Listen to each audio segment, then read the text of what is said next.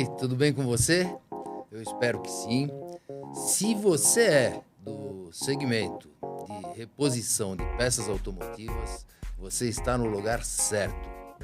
Eu sou o Beiran e esse é o Automotivamente, o podcast feito e desenvolvido para o aftermarket automotivo, ou seja, tudo aquilo que é reposição.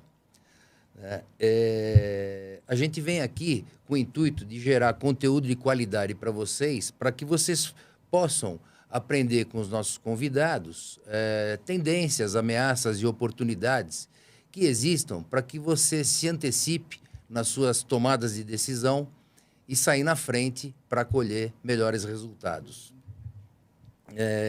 Então, se você faz parte dessa grande comunidade que é o aftermarket automotivo, seja você fabricante, trabalhe ou seja um fabricante, um distribuidor, um varejo ou até um reparador, fica com a gente, eu garanto que vai valer a pena o tempo que você vai despender aí com a gente. Acredito que seja um dos melhores episódios que a gente tenha feito até hoje. Por falar nisso, esse é a nossa quarta temporada do ATM. E nós estamos aqui ao vivo, diretamente do nosso estúdio aqui em Guarulhos, São Paulo, esperando fazer um episódio que realmente te surpreenda. Não é? Nós recebemos aqui celebridades do setor, pessoas formadoras de opinião, que têm um grande conteúdo de conhecimento e técnicas, né? Que eles gentilmente vêm até a gente aqui para compartilhar um pouco do conhecimento adquirido durante suas trajetórias. Então, o nosso convidado de hoje é uma figura que eu já há tempo estou tentando trazê-lo aqui. Ele é um cara assim, que eu acredito que boa parte de vocês o conheçam. E quem não conhece, eu garanto que será talvez o nosso melhor episódio, eu espero que seja. Espero fazer jus aí ao seu tempo e desde já eu agradeço. Então seja bem-vindo, Serginho Alvarenga. Obrigado, Beiran. Ou melhor, Luiz Sérgio Alvarenga. Muito obrigado, Beiran. Obrigado pelo carinho. Estou muito feliz de estar aqui. Serginho deu um puta susto na gente, porque ele vem do outro lado de São Paulo e ele gastou simplesmente 3 horas para chegar até aqui. E esse episódio ao vivo, a gente estava aqui com uma ansiedade louca, esperando ele chegar, mas chegou a tempo, tá tudo certo, já está aqui relaxado, tá tudo beleza. Tá? Então, eu vou fazer uma apresentação, porque eu não sei se todos vocês conhecem, né? Mas eu preciso fazer uma apresentação, porque esse cara na minha opinião, ele é um gênio do mercado. Na minha opinião, não, né? Na opinião de muita gente que o conhece mais de perto. Eu tenho a satisfação, inclusive, de ser amigo dele e a gente convive bastante, então a gente se conhece muito bem. Eu entendo que o Serginho é um daqueles gênios do mercado, mas ele é um cara muito de bastidores. Então, até por uma modéstia que é peculiar dele, ele não é um cara que gosta muito de aparecer, não é? Ele já começa aqui nos dando uma lição. Porque, Serginho, você sabe que aqui, né, nós somos todos vendedores, né? Isso aqui é um programa, né, um podcast de vendedores para vendedores, né? E você já começa nos dando uma lição. Você nem sabe disso. Mas a lição que você nos dá é a seguinte. Vocês sabem, né, que a palavra que o vendedor tem mais terror, tem mais medo, é de ouvir a palavra não. Porque o bom vendedor, ele ouve isso todos os dias, né? Então, você já começa nos dando uma lição, porque esse aqui é o episódio de número 63 do nosso ATM, né? Então, eu ouvi 62 nãos do Serginho para hoje ouvir um sim. Então, ele já começa dando uma lição que você que é vendedor tem que insistir sempre até ouvir o sim. Uma hora o sim chega, está aqui na minha frente a prova. Muito boa. Muito boa. Ai, cara. Então é o seguinte, eu vou fazer a apresentação dele, porque, como eu falei, né, ele é um cara assim, tem uma modéstia muito grande, talvez ele nem faça ideia do quanto ele representa para esse mercado, e durante o episódio vocês vão saber que ele está num momento aí de transição da vida e da carreira dele. e ele deixa uma saudade, assim, enorme, né? Vai deixar uma saudade enorme, mas o bom é que ele continua no nosso mercado, mas agora de uma outra forma, que ele vai contar pra gente aqui daqui a pouco, né? Mas eu vou dizer um pouquinho a respeito da formação do cara e da experiência dele no mercado. Acho que nem ele sabe disso aqui. Eu dei uma não é dedilhada que fala, é uma... Como é que chama? Que bugado, caralho. Bugada, pode ser bugada, sei lá. Não, mas não é, não. Tem um outro nome que chama... Vocês estão tudo nós cegos, não sabem nada. E eu tô ficando velho e esqueço das coisas da modernidade aí. Mas, então, vou falar um pouquinho a respeito da formação do Serginho. Ele é técnico em Química Industrial, licenciado em Ciências e pós-graduado em Consultoria Empresarial. Essa consultoria empresarial, mais para frente, ele vai fazer uso dela e ele vai explicar como, né? Agora, eu vou falar um pouquinho dos seus feitos. Ele é membro do PQP... Opa, caralho, errei. Não é PQP, é PBQP. É Programa Brasileiro da Qualidade e Produtividade da Indústria Automobilística. Ele é conselheiro do Comitê Brasileiro da ABNT, que é a Associação Brasileira de Normas Técnicas, é diretor do AEA, que é a Associação Brasileira de Engenharia Automotiva. Ele é membro oficial da Comissão Governamental para a Criação do Código Brasileiro de Trânsito. Vai vendo a bagagem do cara. Ele é diretor do IKEA, que é o nosso parceiro Instituto da Qualidade Automotiva. Abraço aí ao Alexandre, Serjão e a turma toda do IKEA, que são parceiros nossos. A gente troca muita informação e é uma satisfação estar próximos aí a eles, né?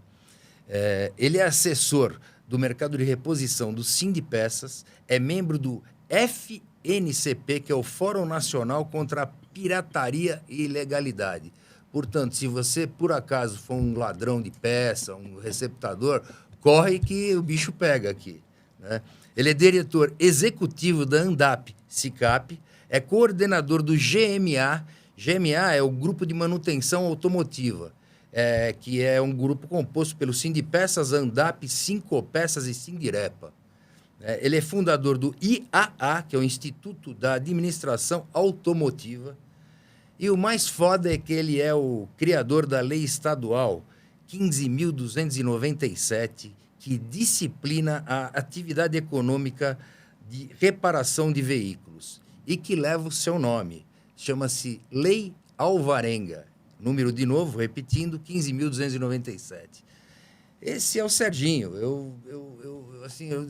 Só para vocês terem ideia, o pedigree do cara, né? Eu conheço, ele já deve estar meio puto comigo, que eu estou enchendo muito a bola dele, né? Mas ele merece cada uma dessas citações que eu faço, não é? Ele é um cara, assim, que ele tem um conhecimento do nosso mercado, para vocês verem, né? Eu disse que ia justificar, ia valer a pena o tempo que você vai despender com a gente hoje, né? Mas ele tem, assim, e agora eu acabo aqui, sabe? Acho que nem ele sabe que ele fez todo esse monte de coisa, né? Mas ele é um cara que participou por algumas vezes de feiras internacionais, tais como Automecânica de Frankfurt, na Alemanha, Automecânica de Buenos Aires, aqui na Argentina, Autopromoter em Bolônia, na Itália, Equipe Auto, que é em Paris, na França, eu nem sabia que tinha essa feira, aliás, eu não gosto muito de Paris, né? Motortec de Madrid, na Espanha, Latam deve ser, né? No Panamá, da Apex, que é em Las Vegas, nos Estados Unidos, da SEMA Show, também em Las Vegas, nos Estados Unidos, e da Auto China, em Pequim, na China. Fora todas as outras aí que eu acho que eu não consegui notar, né, Serginho? Então, cara, depois dessa apresentação, eu quero te deixar à vontade aí para você falar para a nossa audiência e ensinar um pouco dessa tribo aí, dessa comunidade enorme que a gente tem o maior prazer de servir. Obrigado pelo carinho. Que é isso. Foi bom, passou um filme na minha cabeça, né? Não fiquei chateado, não. Foi bacana, passou um filme rápido. E é só para registrar que eu fui ou participei dessas instituições, né? Aqui eu mantenho ainda um vínculo até o final do ano, é o Sindirepa de São Paulo, sim, que é a reparação, mas todas elas, cronologicamente, eu passei por etapas separadas, né? Sim. Em algum momento no Sindipeça, em algum momento na ANDAP, em algum momento na EA, e assim foi. E, ultimamente, ainda presto um serviço no Cinco Peças, que é o comércio varejista, e que é o que me dá o cordão umbilical ainda com o setor. Mas realmente passou um filme grande, que foram muitas missões, as feiras, não só uma visita a uma feira, quando você ia na feira, pelo menos naquele tempo, né? A gente visitava muitas oficinas, lojas, indústrias, era um pacote completo que você tinha a bagagem que você trazia de fora. E aí precisa ter paixão, né? Para fazer isso aí precisa ter paixão, abdicar de muito passeio. O passeio sempre vem quando você viaja, mas Claro, mas a primeira coisa é o o trabalho, é trabalho. correr atrás. Visitei muitas escolas, porque não há Senai no exterior, então eu vi modelos na Itália, por exemplo, que você tinha escola pública, onde tinha um parceiro automotivo dentro da escola. Você quer saber como é que funciona aquilo para você poder, de repente, trazer o modelo para o Brasil. Você aprende muito, aprende muito. Vê modelos, vê comparativos, compara a loja, compara a oficina, vê a cabeça das pessoas lá nas reuniões, nos fóruns. Isso tudo é muito enriquecedor, Sim, né? sim. E aí que a bagagem se forma com isso, na verdade. Não tem uma escola que faz você. O que faz você ter o conhecimento é paixão pelo que você faz, independente de dinheiro, e você realmente correr atrás com lição de casa. Depois você tem que cavucar, estudar, fuçar para você aumentar aquele background, aquela informação para solidificar o teu conhecimento, né? Claro, Então, acho que claro. 35 anos deu para formar uma base É isso que eu ia te realmente... perguntar. São 35 anos completados, né? 35 anos completinhos, completinhos. 35 anos de carreira e visitando o começo de carreira é o que eu mais gosto de falar, porque quando eu ia com as indústrias de autopeças, naquele tempo eram as indústrias tradicionais do Brasil, né? Não tinha as multis que tinha aí hoje.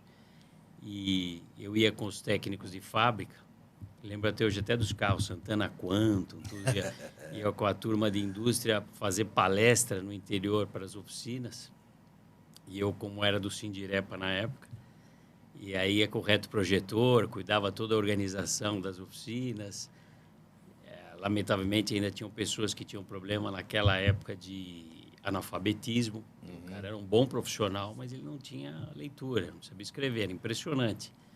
Então, eu preenchia as fichas, aí faltava luz, tinha que correr, o retroprojetor queimava a lâmpada. Eu Não era que nem imagino. hoje, era uma loucura.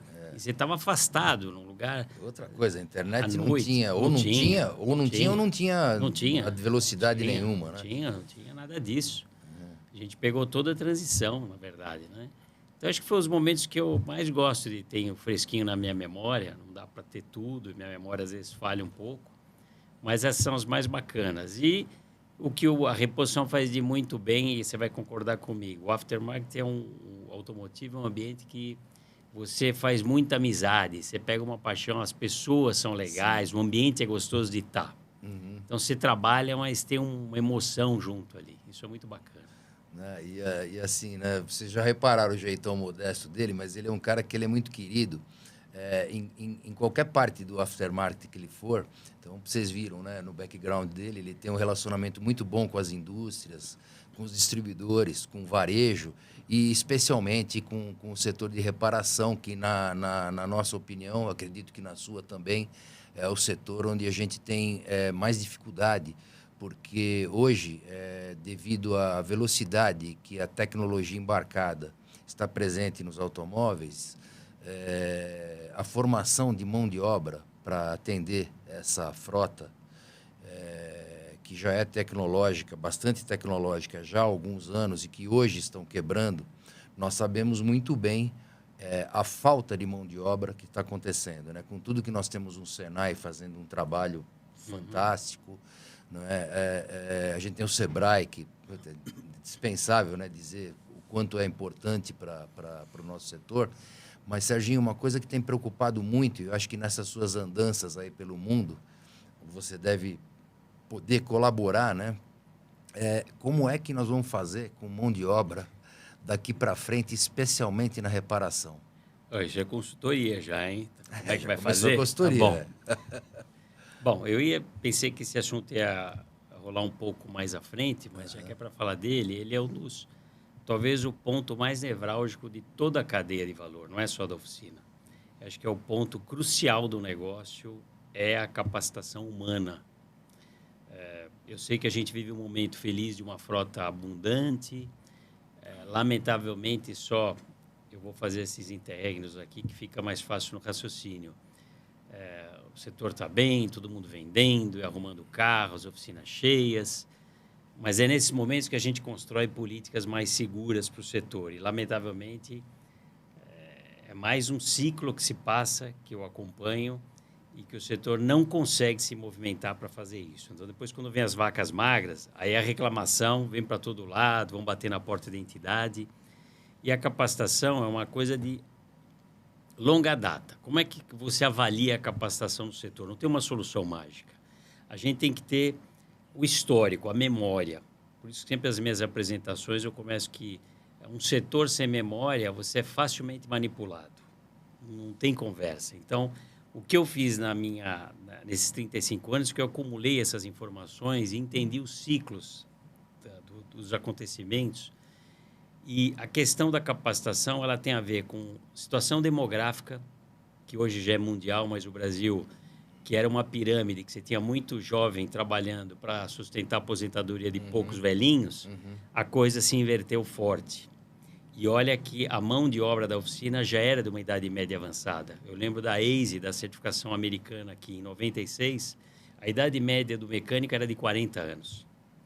Lógico que houve algumas reduções ao longo do tempo, mas depois teve uma área de escape forte, quando o Brasil ficou rico, em 2008. O dólar 1 por 1, aquele festival. Então, o que o jovem fazia? Ele queria trabalhar atrás de um computador, num lugar limpo. Ele não queria ir para a oficina. E houve uma debandada de profissional. Foi o caos no setor. As oficinas tiveram que pagar mais alto para alguns profissionais se manterem ali. Só que a disruptura nova que vem, ela é diferente das que eu passei aos 35 anos. O que eu passei foi a injeção eletrônica em 2000, depois sistemas de gestão, o governo passando o escritório para as empresas, algumas questões ligadas à conectividade agora recentemente, mas para frente a coisa ela tende a mudar um pouco mais radical. Então, eu estou falando para frente é muito para frente. Por quê? Porque a frota circulante é muito grande. Então, a tecnologia que roda hoje ainda vai garantir bons anos de negócio, desde que haja equilíbrio na venda de carros novos. Senão, cai preço para todo mundo, não adianta. Então, o que você tem é o problema da demografia e a questão do ensino no Brasil, a qualidade do ensino básico.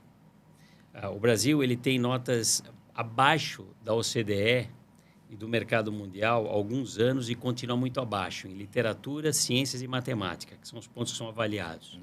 Então, significa o seguinte, tudo que formou para trás, nós já estamos colhendo. Por isso que o pessoal reclama, né? E para frente vai ser pior, porque nem nada se fez na educação do país para poder melhorar isso. Sim. E o cenário que você falou, se ele forma 200, 300 mil no ano para o Brasil inteiro, é nada. É zero. Então, você não pode jogar todo esse ônus para uma instituição só. Ele faz o que dá e muito centralizado em um outro estado, né? Nem todas as escolas têm uma capacitação automotiva à altura de São Paulo, mais 2 estados, talvez. Aí. Sim. Então, você tem a somatória da demografia, a somatória da educação e o setor. Também a gente tem que dar uma meia-culpa, porque você tinha que ter uma organização melhor de todo esse controle de capacitação que é dado pelas indústrias, que eles são feitos, mas que leva o profissional a lugar nenhum. Porque ele pega uma capacitação momentânea, rápida, mas aquilo não cria um bônus, não cria uma evolução, você não tem um controle daquele aluno, vamos dizer assim, que é o profissional. Então, ele vai acabar recebendo essa carga novamente, o mesmo texto. A gente não linka com garantia, que é um problema grave no setor. Então, as coisas se perdem. Então, a gente tem um desperdício de investimento forte, porque a gente deixa que o mercado cuida disso. Né? Não cuida, né? E não cuida. Então, você tem um problema que eu não enxergo uma solução no curto prazo, é um desafio que o setor vai ter. É um setor difícil de robotizar, né? Não que a gente queira isso, mas é diferente de uma indústria. Sim. E você tem um dono de carro, um consumidor diferente. Eu ousaria classificar em 3. O jovem, que pode ser a geração X, que não está aí com nada. Nem liga para carro. Talvez nem tenha. Talvez nem tenha, prefiro Uber. Né? A frota, você acabou respondendo agora, é um cara novo, que você pode dividir na uberização ou no app, que é um perfil específico. E você tem a frota de locadora que cresceu muito, porque parte das compras de carros das montadoras são vendas diretas, são para eles. É o que sustenta, o que vira um pouco. E é um número representativo, né, Sérgio? Representativo. A pessoa física não tem condição de comprar um carro hoje. O mix mudou, né? A montadora mudou toda a estratégia, né? Ela não trabalha mais com os veículos de entrada pequeno. Poucos modelos já de alto valor agregado e crédito caro, que é o que nós estamos vivendo. Então, se você analisar historicamente, eu fujo um pouco, você vê que as coisas se enroscam, eu fujo um pouco da capacitação, mas o nó está se formando para talvez essa bomba explodir lá na frente. Então, é bom que todo mundo entenda o que tem que fazer hoje, porque o momento de investir, eu falei também. Quando eu em palestra, falei, gente, agora é hora de tomar dinheiro do Pronamp, BNDES, agora é hora de investir. Porque a gente tinha noção que os próximos 5, 6 anos ia bombar, que é o que está acontecendo. Porque as vendas de carros não iam superar... A frota envelheceu. A frota envelheceu e é gigante, é a quarta maior do mundo hoje em termos de volume de Continua negócio. rodando e aí claro que dá manutenção é o carro com mais de 5 anos, né? Exatamente. Que até então ele dá muito pouca manutenção e boa parte desse tempo ele fica na concessionária em período de garantia. A concessionária praticamente vive da garantia, que é lotada. Porque venderam também um volume de carro justificável que não é suportável hoje quase pela rede, porque a rede também não cresce. Sim. É um crescimento orgânico ou diminuiu, em função depois da Covid. Eles se bombardearam bem. Né? Então, você tem um espaço físico muito limitado. Tanto que eles dão umas ciscadas aí, se puder dar uns spoilerzinhos, né? Eles dão ciscada de montar oficina. Alguns já estão montando oficina independente. Sim. Outros migraram para uma outra, outros já montou locadora. Então, o pessoal está se mobilizando. Eu acho que são tentativas furadas, porque a forma que está sendo não me convence, porque se nós estamos falando de mão de obra aqui, que é um problema, eles também têm a mão de obra igual. A concessionária também tem. E falar que ele vai montar uma oficina, ele vai ter o mesmo problema. Pior o problema, porque ele não tem o melhor know-how, o melhor traquejo de cuidar de uma oficina. Qual é a diferença? A oficina é de um dono só. A oficina é uma empresa só. É esse cara que dá certo. Não vamos falar de redes aqui. O Brasil não tem cultura de grandes redes ou de franquias, como a gente vê no mercado americano. Então, aqui é a empresa da família e vai tocando cada um por si. Então, muito complexa essa situação de você querer abrir uma oficina amanhã, vai pôr mão de obra lá. Não é tão fácil. Eu diria que é o momento de estudar o que é possível fazer com, primeiro, o atrativo do jovem de novo. Pegar carona, que o carro virou muito informática. Né? É um computador sobre rodas. Então, o multimídia dos carros revela tudo. Isso, segundo os americanos falaram, resgatou o jovem para a profissão, porque ele já tinha demandado. Isso é o momento de aproveitar. Então, nós temos que aproveitar com estratégia de marketing para atrair e depois também para capacitar aquilo específico que nós necessitamos para o mercado independente, para o mercado da reposição. Porque o treinamento são diferentes. Um treinamento de montadora, ele pega uma linha de trabalho quase formativa do cara lá dentro, monomarca. Embora, às vezes, os grupos têm várias marcas, ele é monomarca. E o mecânico independente, ele é multimarca. Então, incide também volume de frota circulante, que tipo de treinamento vai dar em função do índice de quebra, né? Peça de atrito ou de desgaste, é aquilo que vai mexer mais, que vai impactar no varejo aqui. Então, tudo que eu falo da oficina, que eu não entendo há anos, né?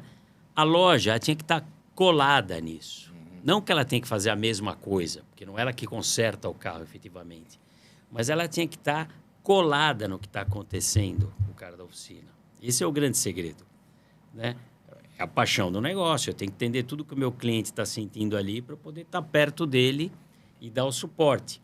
Muito do que eu vejo que você faz aqui com o distribuidor. O distribuidor ele tem que ser o parceiro da loja e, consequentemente, nessa linha. Então, eu não tenho uma solução mágica para capacitação. Eu só sei que o problema é o mais grave na minha leitura. É o mais grave, porque é questão de atendimento, é questão comportamental, que caiu muito em todos os setores no Brasil, não é só a mecânica. Todos os setores do atendimento e o comportamento estão um pouco estranho em alguns momentos. Eu acho que o Covid, essa coisa do home office, acabou criando uma situação, principalmente para essa geração X, e a gente aqui emprega muita gente, estou dando um testemunho próprio meu, né, Sérgio? Esse pessoal é difícil de ser conduzido, eles não gostam de ouvir não, né? Eles ficam atraídos, porque nós sabemos, né, Sérgio? Nosso setor ele não é um setor sexy. Então, essa molecada, eles olham para tantas oportunidades hoje que a própria internet possibilita. Sim, sim. Né? E ele acaba sonhando em fazer alguma coisa, em empreender alguma coisa, mesmo que pequena. Sim. E a internet abriu muitas vagas de emprego informais, né? Porque o cara trabalha por conta própria. Alguns dão certo e se tornam pequenos influencers e começam a movimentar um dinheiro, até um volume considerável, né? E a gente fica assistindo isso aí. Mas é uma molecada uma molecada burra, que não produz, não estuda, né? É normalmente vagabundo que acorda tarde e quer ganhar dinheiro fácil sendo influencer, porque o Instagram ele é uma forma de mostrar para essa molecada um mundo fácil, que, na minha opinião, eu tenho certeza que da tua também, a gente é quase da mesma geração, não é? Não existe esse mundo fácil, cara.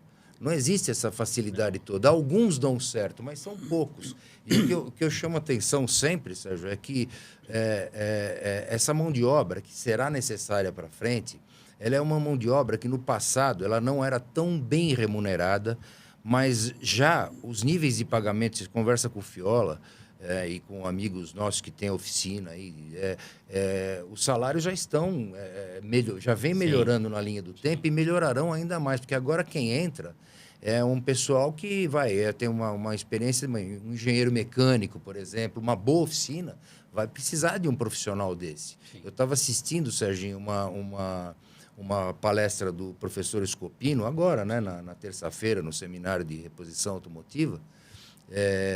Aliás, se a Marilda estiver assistindo, parabéns pelo evento, Marilda, foi muito legal e a gente teve a oportunidade de encontrar um monte de gente, um monte de amigos. Pô, te falei antes da gente entrar ao ar aqui que perguntaram de você pra cacete.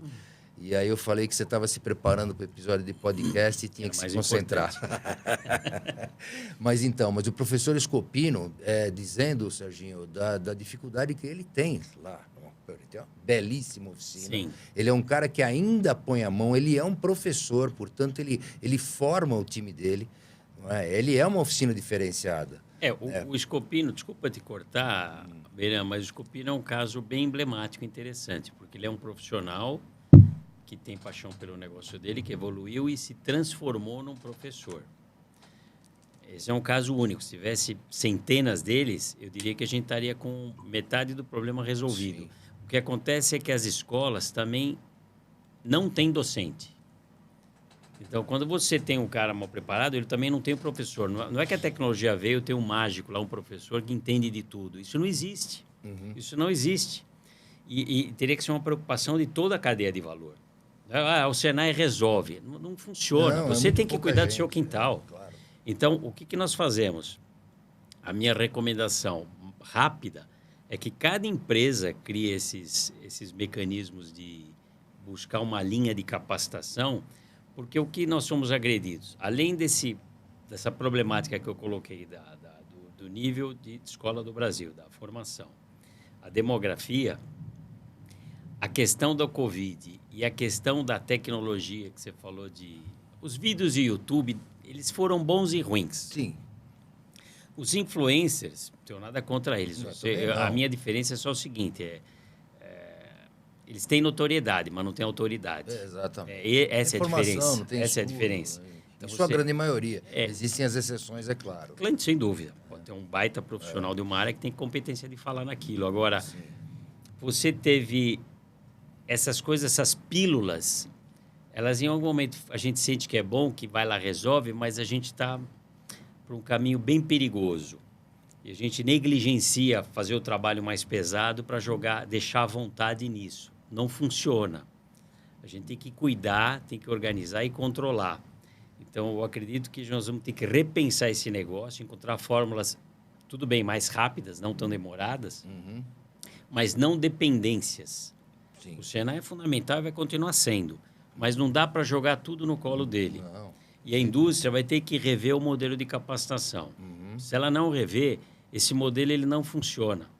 Ele não funciona. Você tem ou um padrão tecnopromocional, que não tem muito a ver, ou ele repassa muito rápido, capacita a pessoa, mas a pessoa quer evoluir naquele assunto, naquele sistema. E ali interrompe e depois vai voltar ao mesmo assunto, até porque eu conheço há 35 anos a indústria. Como é que eu ia acompanhar essas palestras com o retroprojetor? Era um engenheiro, um técnico. Quando não tinha o técnico de assistência técnica, era um engenheiro da fábrica que ia lá falar do produto. Ele não era um didático, ele não era um professor. E até hoje é assim o assunto. Você pode ter percebido em alguns eventos que você foi, o PowerPoint maravilhoso, tudo lindo. A hora que a pessoa vai falar, derruba tudo. Porque o cara é muito bom, ele conhece o tema, mas não consegue fazer a exposição. Uma empatia com o tipo de público que ele está falando. E são, às vezes, profissionais muito inteligentes, super capazes, e ele que não conseguem interagir com o público. Ele precisa dessa capacitação também. Tem razão. Mas tem que entender o todo, sentar na mesa um colegiado, que não vai resolver tudo, mas tem que puxar essa corda, entendeu? Porque essa questão de centralização... Eu adoro a descentralização da forma que está. Não sou nenhum controlador, nenhum ditador que tudo tem que estar controlado num birô. Mas algum comando, alguma ordem é importante para dar um rumo para a coisa. Porque o que não pode é deixar solto e achar que aquilo é a verdade. Meu temor é que tudo deixa muito solto, vira uma verdade e aquilo não é uma verdade absoluta.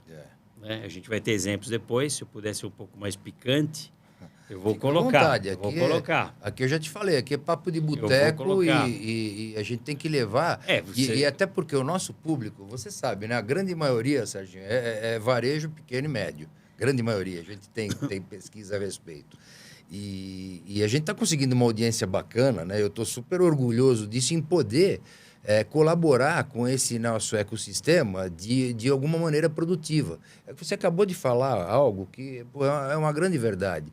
Não basta só o empresário, Sérgio, querer ganhar dinheiro. Porque, no fundo, é o seguinte, todos nós queremos ganhar o dinheiro, só que o dinheiro, ele está lá no fim. Você tem que fazer um trabalho bem feito para chegar nele. E onde está a alegria nisso tudo? Bom, com 35 anos, você também tem uma janela grande de trabalho, mas você está nativa na frente de um negócio. Os 35 anos me mostraram o seguinte, a vida, a alegria, a paixão está no caminho, não está no final. Tudo bem, não fiquei bilionário, também não fiquei pobre. Mas não é essa alegria. Sim. A alegria foi todo o caminho.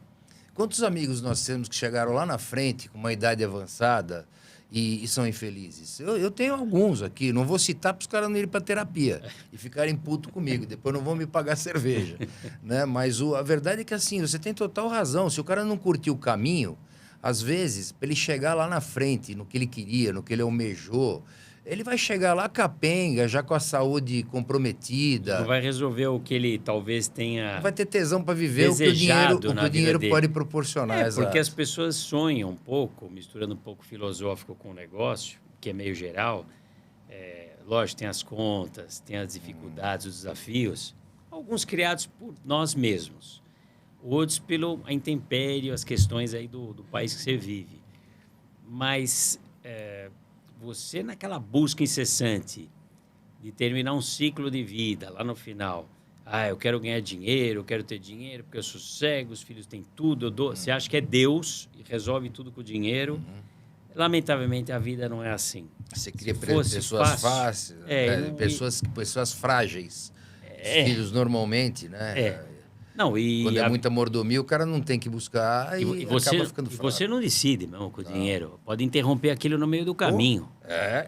E aí você tinha um sonho, aquele é diferente, não é o que você imaginou. Talvez aquilo faça você crescer, mas pela dor. O que acontece se você enxergar a vida de uma maneira mais prazerosa de viver do trabalho, né? Eu sei que o estresse vai vir. Todo mundo tem o estresse de trabalho, mas a alegria de se entregar para aquilo, de você ir a fundo... Aquilo supre uma parte para você não ficar com um peso, né, da responsabilidade. Mas eu tenho que dar certo. Eu tenho que ficar rico no final de tudo. Não é essa a vida. é essa a vida. E o automotivo é cheio de alegrias que você tem no meio do caminho. Que você faz, né? É um setor promissor, né? Você vê, a gente passou, Serginho, fazendo um paralelo aí, né? Não estou querendo sair do tema, mas é que a gente começa a pensar, a gente passou esse período pandêmico e o nosso setor, ele surpreendeu muito positivamente. Né? Solidário. Então, primeiro que nós somos sobreviventes, né? de uma pandemia que acabou com muita gente e muitas das vezes muito mais saudáveis que nós. Né? Então, acho que todo esse tempo ele nos deixa um ensinamento que a gente tem que curtir. Eu concordo com você, o nosso dia a dia. Eu me realizo fazendo o que eu estou fazendo. Eu estou aqui à frente do negócio agora com 63 anos, enfiando o pé na tábua, até porque se eu não enfiar, com os problemas que eu mesmo me arrumei, eu vou me fuder, cara. Então eu tenho que render, eu tenho que trabalhar, mas eu faço isso de verdade, quem me conhece sabe, com puta prazer. Olha aqui o que nós estamos fazendo agora, nós dois aqui. É um tesão isso, cara. A gente tá batendo um papo, né? Só não estamos tomando uísque. Mas a gente tá batendo um papo, trocando ideia e eventualmente podendo... Levando algum valor. Podendo colaborar com um jovem aí que nos ouve e que eventualmente ele esteja trabalhando numa loja ou num centro automotivo, pensando em mudar, pensando em estudar para mudar de profissão, quando na profissão que você está, se você gosta do setor, e é um setor promissor, que vence crises, que vence momentos onde a economia nacional está bastante complicada, nós sabemos que tem alguns setores aí que não se recuperaram até agora da pandemia, e você, jovem que nos ouve, você está ouvindo dois caras aqui com bastante experiência, dizendo para você permanecer no setor, cara. Permaneça, sabe? Estude. Tem muita coisa hoje grátis na internet. Tem muitos cursos que você pode fazer sem gastar grana. Tem o nosso podcast, tem outros podcasts nascendo por aí. Eu fico muito feliz em ter sido o primeiro, né?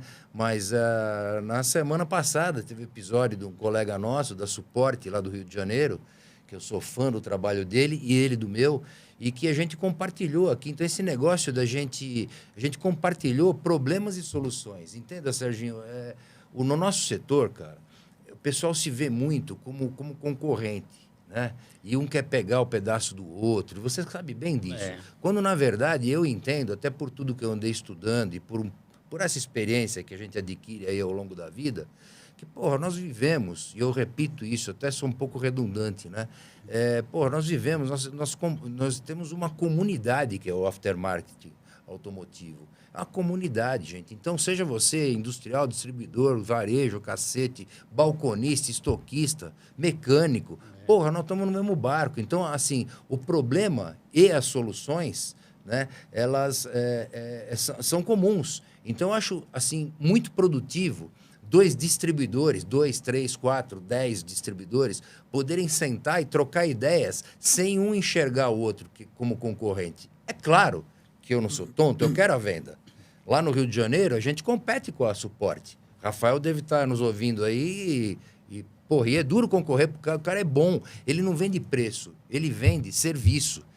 Entende? Ele vende qualidade de serviço. Então, ele agrega valor ao que ele faz. Eu sou entusiasta disso. Eu fico puto com os caras do Sem Nota, que ainda existe, né? Sonega, joga toda a sonegação no preço. Cara, eu não quero ser padre aqui, falar que todo mundo tem que andar. Olha o governo que nós temos.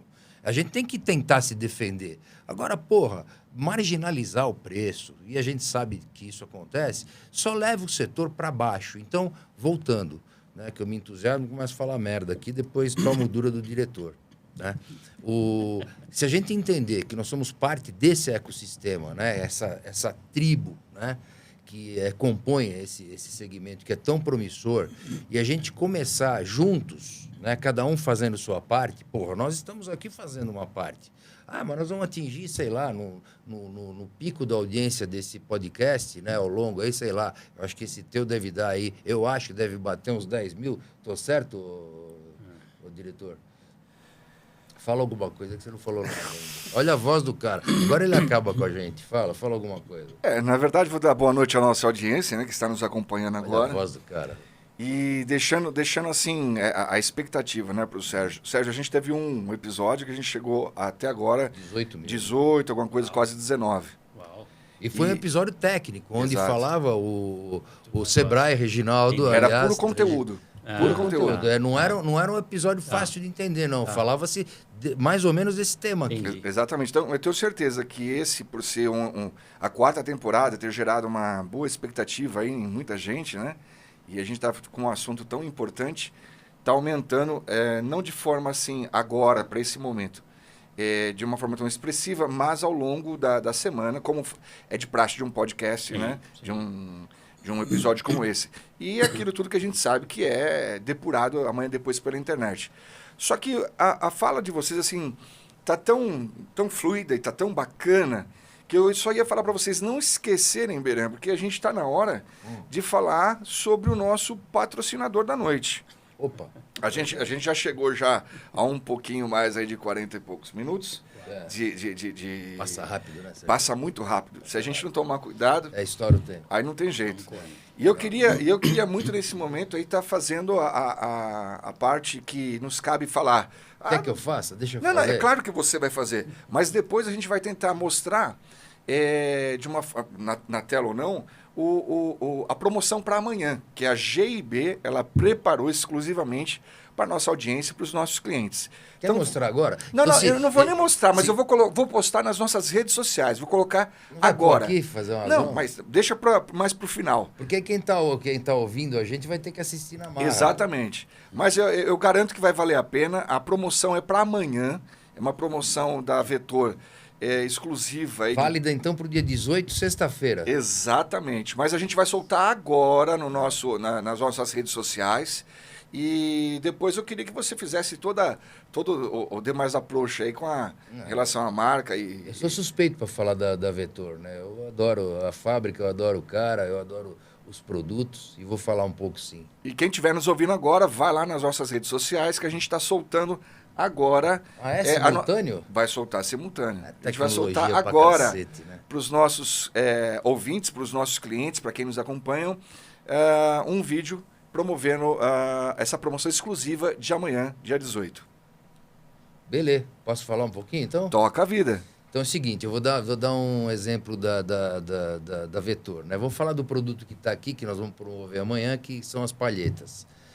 Como usuário eu estou falando, e eu não falo bobagem, eu falo aquilo que eu penso, e às vezes falo um monte de merda aqui, tomo dura, sou criticado, minhas filhas ficam bravas, é uma merda, né?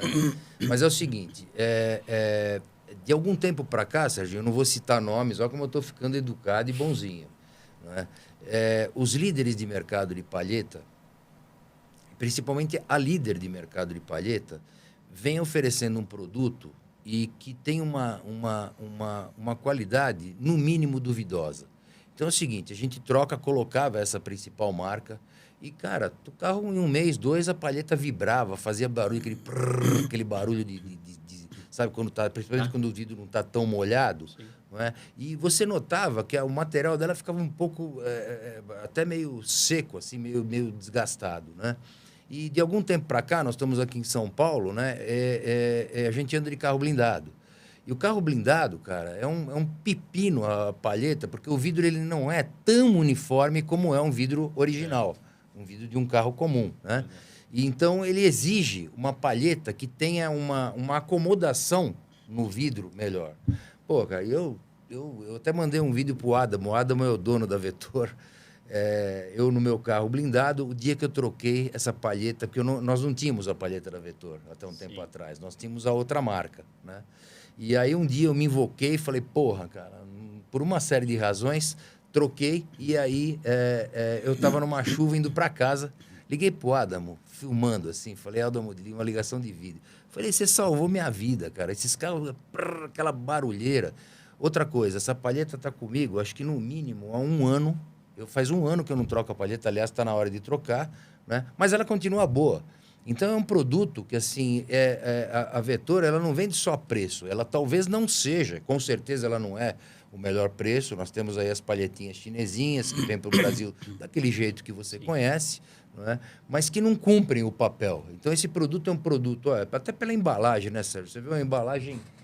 Você que está ouvindo aí, sugiro que depois você busque aí os vídeos. É uma puta de uma embalagem bacana que você pendura no vídeo que nós vamos apresentar amanhã nosso garoto propaganda que está ali, aquele a gente apelidou ele de G-Bola. Amanhã não. Vai hoje nas nossas redes sociais. Desculpa, caraca, e até o final a gente vai colocar na tela aí. Então, esse cara, esse aí a gente apelidou de G-Bola, é o Edrey, que é um cara super comunicativo, ele tem uma fala fluida. E, pô, todo mundo gosta de ouvir o cara falar. Até eu. Até eu não gosto de homem, não, né? Mas até eu gosto de ouvir o cara falar. Então, repara aqui, Serginho, olha, e eu sei que você é um cara que também usa carro blindado. Aliás, ele está escondendo ouro, né? Ele deu golpe na mulher dele, que a mulher dele é abastada. E ela tem uma locadora de carro blindado. Inclusive, ela está nos ouvindo aí. Um beijo, viu, Tereza? Então, olha, ela vem com uma capa protetora aqui, acho que dá para vocês verem. Tá dando para ver, seu Jorge? Sim. Olha, ó, você tira essa Que cuidado, hein? Né? Olha o cuidado. Uma capinha de silicone para proteger a haste. E não é por nada, Serginho, passa o dedo mais para cima. Tudo na hora que você for trazer. Dá para sentir, cara? Dá. Cara, é uma coisa assim, é um produto... Impressionante, hein? E você vê, e não é só na palheta top dele, que eles têm as palhetas dos carros premium. Em qualquer um que você pegar uma palheta daquela mais barata, é a mesma qualidade. E é um produto interessante de estimular a venda, né? Pouco estimulado. Porra, e tá previsto Um uma veículo tempestade. parado numa floripintura por um acidente, rapidamente você pode sugerir a troca ali. O cliente vai autorizar na hora. Lógico. Dá para a Vetor fazer bons trabalhos aí, ó. Cara, isso com, aqui com para vocês. agregar valor. Você varejista que nos ouve, né?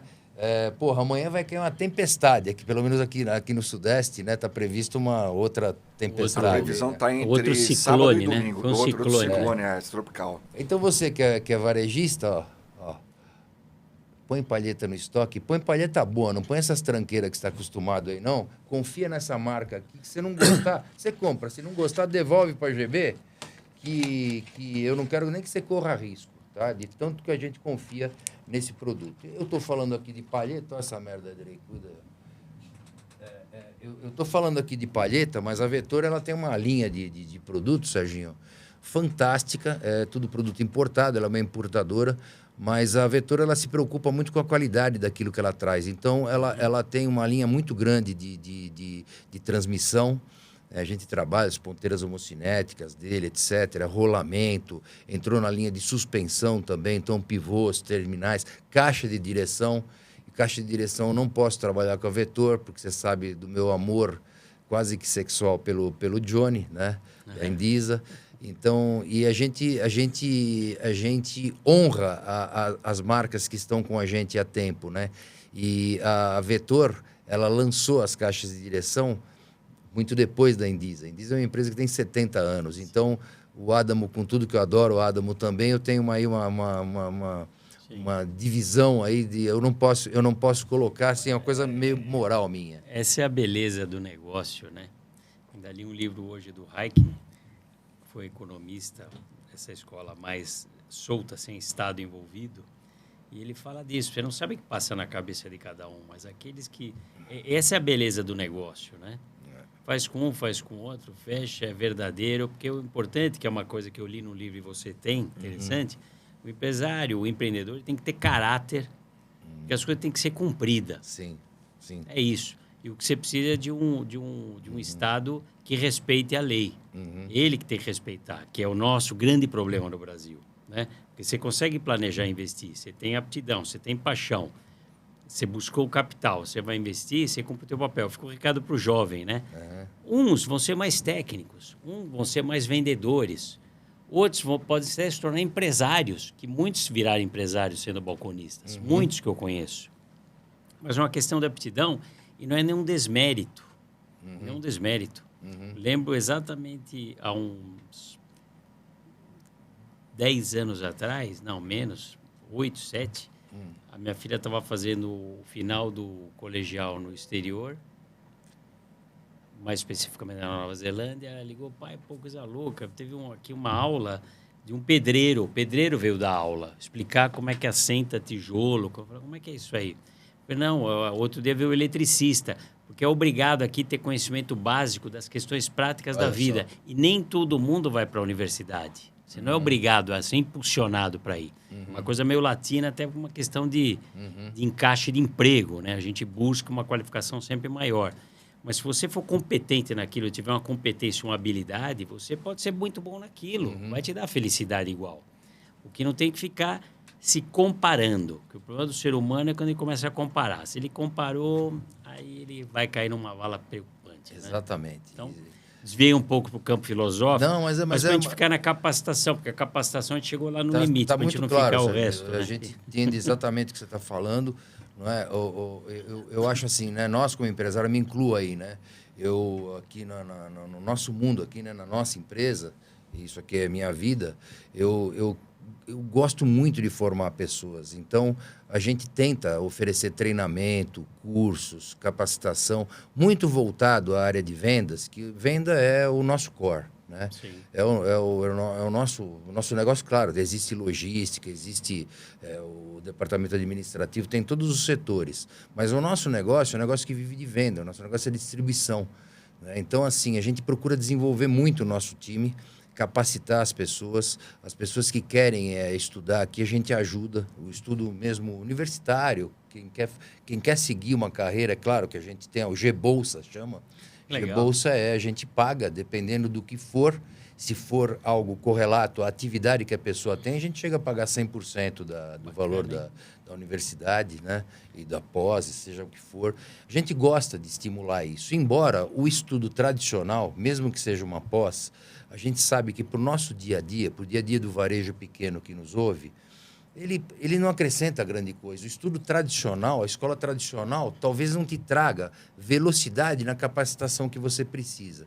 Então, vai de você, empresário aí, que é um varejo que está nos ouvindo, né? Distribuição nem se fala. Nossos colegas aí, na verdade, que ficam só se matando para baixar preço, para fazer um volume de venda, devem prestar um pouco mais de atenção nisso.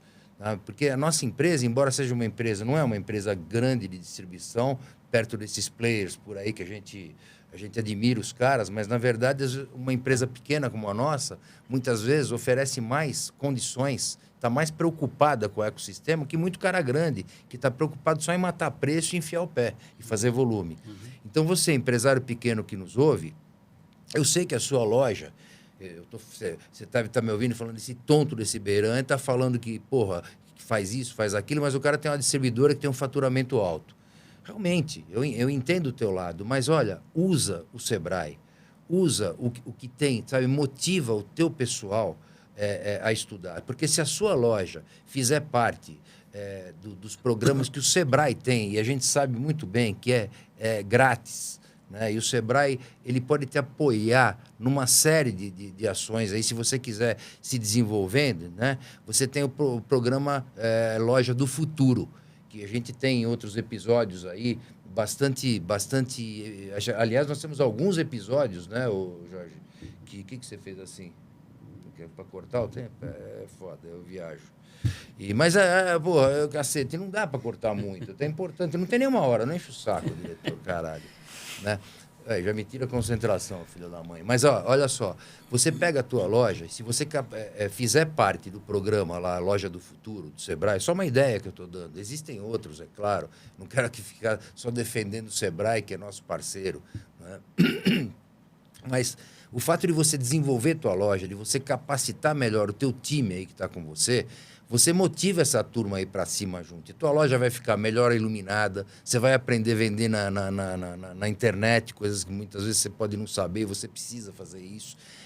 Esse programa Loja Legal, ele te dá um treinamento rápido, são 90 dias, Serginho. Você Sim. conhece, aliás, nós discutimos, você inclusive foi o Serginho que nos aproximou primeira vez do Sebrae, para a gente começar a discutir. Sim. Eu me entusiasmei muito com o projeto, divulgamos muito aqui vários episódios.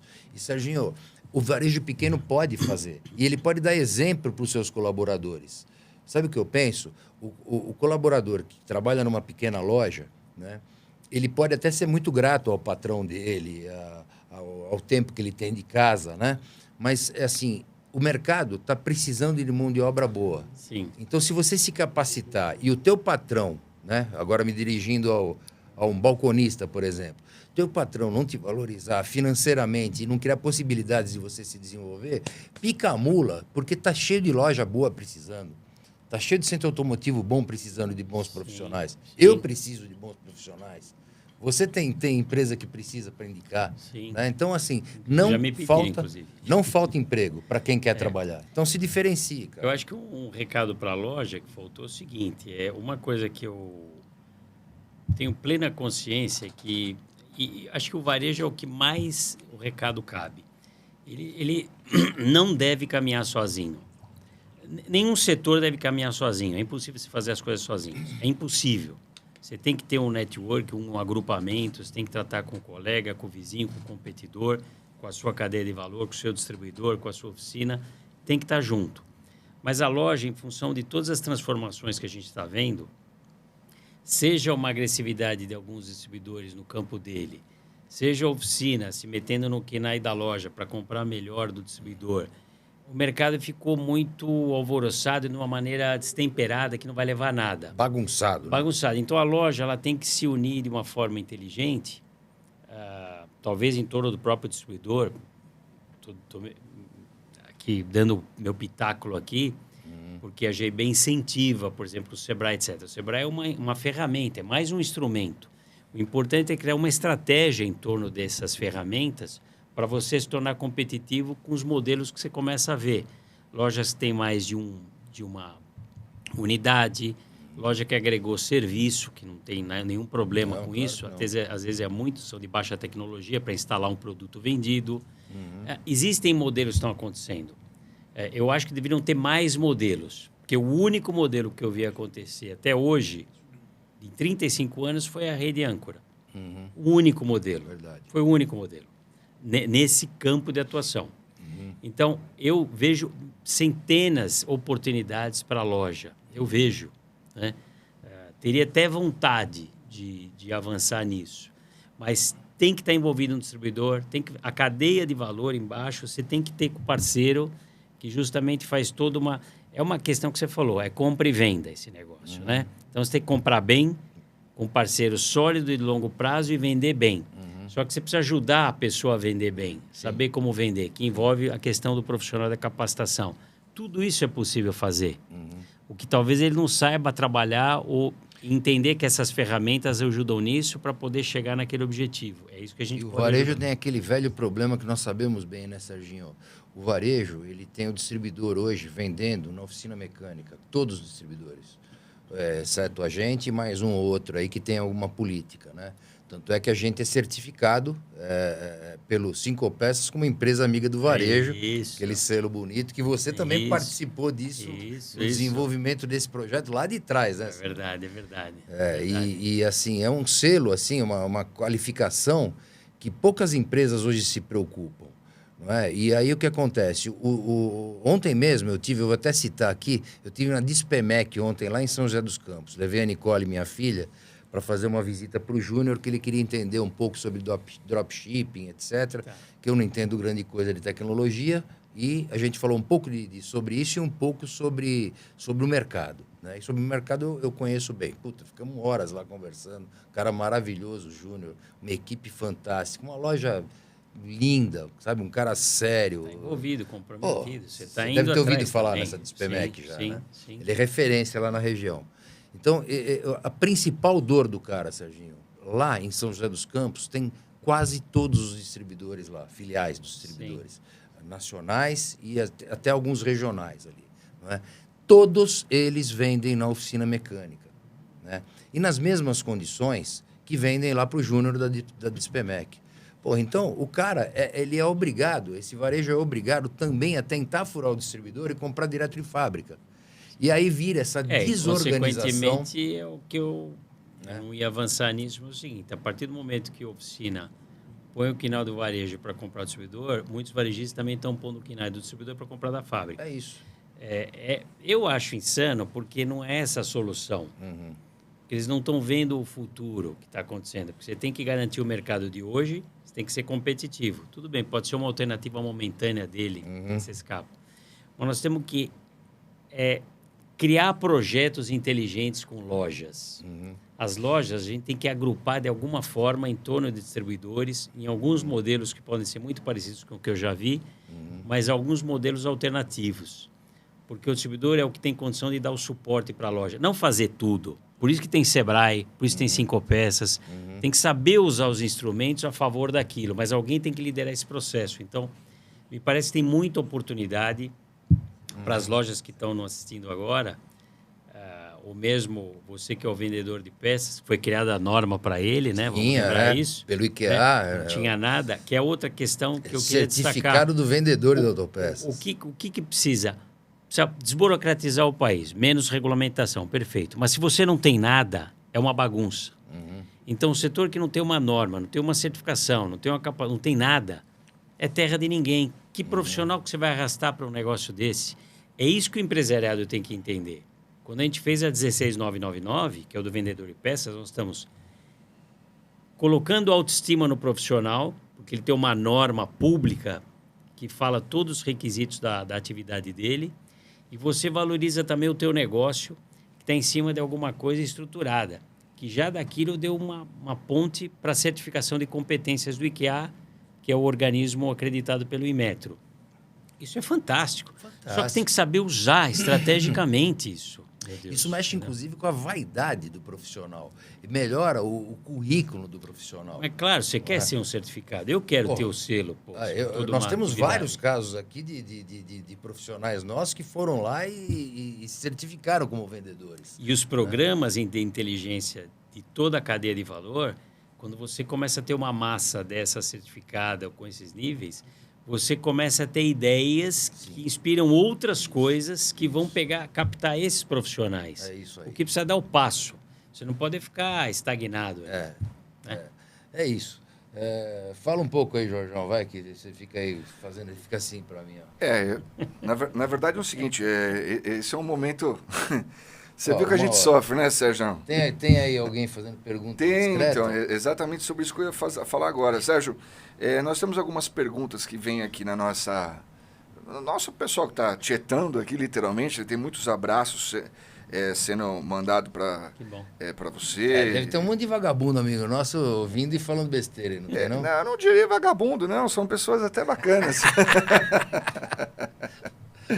Mas mandando um abraço aí para toda a equipe GIB, mandando um abraço para o Sérgio. Tem bastante gente aqui interagindo. E tem uma pergunta que eu achei bacana aqui, mas bem importante, quem sabe assim, ela se destacou dentre as que estão aparecendo. Estão vindo, inclusive, algumas direto aqui para o meu próprio telefone, mas essa aqui eu acho que vale a pena fazer direto aí. Caso você puder nos ajudar, a nossa audiência agradece. Vamos lá. Alessandro Sidney.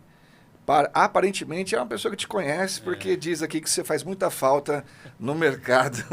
Ele fala assim, o Sérgio é uma das mentes mais... Opa, desculpa. Esse é o Ronaldo Tefé que está falando. Ronaldo, ele fala o seguinte... suspeito, esse é irmão nosso. Esse é irmão, O Sérgio, o Ronaldo, ele fala assim, o Sérgio é uma das mentes mais brilhantes do nosso segmento. Claro. Tá dizendo que tá brilhando. Eu já mudei a câmera. Essa foi boa. Já mexi aqui no foco da câmera, parou de brilhar. Muito boa essa foi boa. Apaga aquela luz de cima aqui da nossa cabeça. Apaga a luz que está refletindo a mente brilhante do Sérgio. Sérgio, mas o Alessandro, ele diz o seguinte, ele fala assim, o grande Sérgio, faz muita falta na reparação independente. Aí ele faz essa pergunta.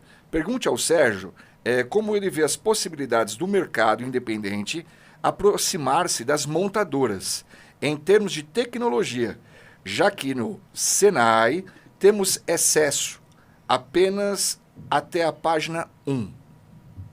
Acesso.